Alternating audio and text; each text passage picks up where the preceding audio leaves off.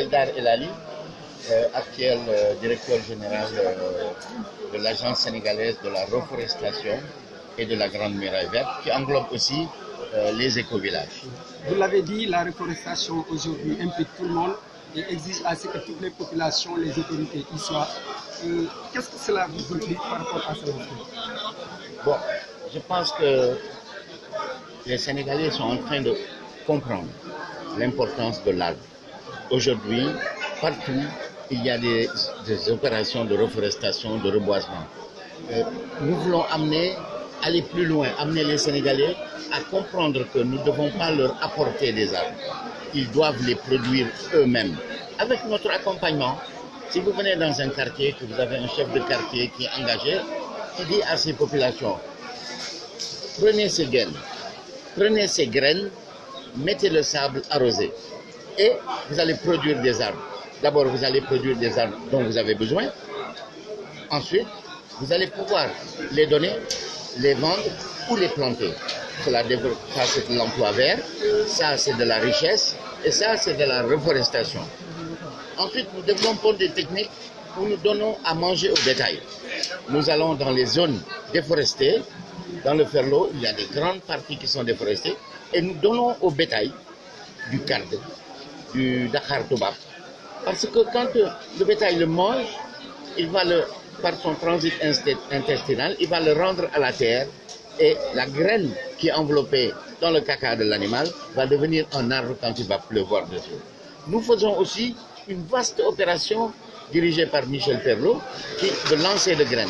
Nous offrons à la terre tous les ans près de 200 millions. Avant, c'était 100 millions. 100 millions de graines que nous offrons à la terre. Cette année, nous avons même réussi à offrir à la terre 100 millions de graines de toutes sortes.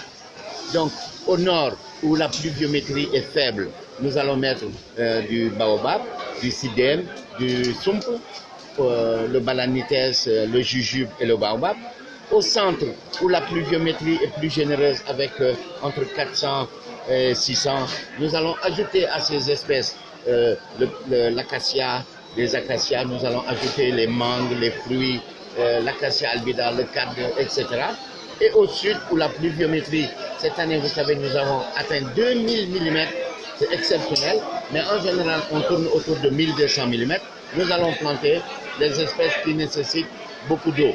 Donc, vous voyez, nous utilisons toutes les techniques possibles et imaginables parce que nous voulons aller beaucoup plus loin que personne n'est allé et nous voulons faire beaucoup plus que personne n'a jamais fait. Nous voulons que le Sénégal soit vert. Les ASC. À 2 minutes. Ce projet s'inscrit dans la visibilité de la Grande Muraille Verte. Alors, quel rôle joue l'agence de la reforestation et de la Grande Muraille Verte? Moi, maintenant, vous m'énervez quand vous bégayez, quand vous dites reforestation. Vous êtes plus habitué à dire déforestation. Mais il faut changer. C'est la reforestation aujourd'hui qui est à la mode. Nous allons planter. Maintenant, l'agence de la Grande Muraille, elle englobe l'Isoyette entre 100 et 400, c'est-à-dire toute la partie nord de notre pays. C'est le territoire de l'agence de la Grande Muraille Verte. Ça fait environ 100 km de large sur 500 km de long. Mais l'agence de la reforestation et de la Grande Muraille Verte englobe l'ensemble du territoire. Donc, nous voulons planter partout avec les populations, nous voulons mettre les moyens, nous voulons rendre cela possible. Nous allons rendre possible. Il ne faut pas que quelqu'un puisse dire « je veux planter » et que ce soit impossible. L'agence sera là pour rendre cela possible.